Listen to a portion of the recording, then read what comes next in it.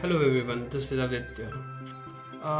एक न्यूज़ के बारे में मैं चर्चा करना चाहता हूँ कि बेसिकली एक रिपोर्ट के बारे में जो रिजर्व बैंक ऑफ इंडिया ने एक रिपोर्ट रिलीज़ किया, उस रिपोर्ट के बारे में मैं चर्चा करना चाहता हूँ।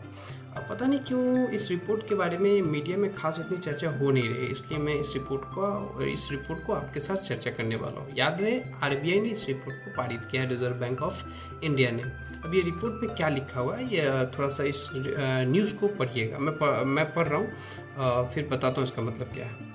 देखो, India's gold reserve have reached an all time high of approximately 880 tons, positioning the nation 7th place globally. यानी कि भारत के पास अभी तक का सबसे all time high gold reserve है, लगभग 880 टन, और जिससे कि हमारा देश भारत जो है टॉप 3 कंट्री में आ रहा है, यानी 7th प्लेस में हमारी कंट्री आ रही है जिसके पास इतना गोल्ड रिजर्व है।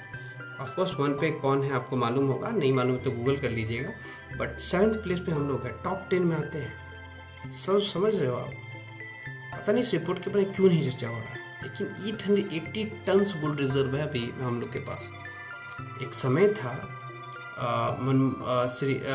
मनमोहन सिंह के टाइम में कि हम लोग को अपना गोल्ड किसी दूसरे देश में जाके रखना पड़ा था, और उसके बदले हम कैश लेकर आए थे ताकि हम अपने देश को चला सके, क्योंकि हम लोग के पास लगभग 7 दिनों को चलाने के लिए पैसे बच गए थे, फॉरेन रिजर्व बच गया था। और आज हम लोग के पास दुनिया का 7th सबसे ज़्यादा गोल्ड रिजर्व है। Think about it. मतलब इसके बारे में क्यों नहीं कोई चर्चा कर रहा है? ये रिपोर्ट मैं ऊपर लगा दे रहा हूँ, प्लीज चेक इट।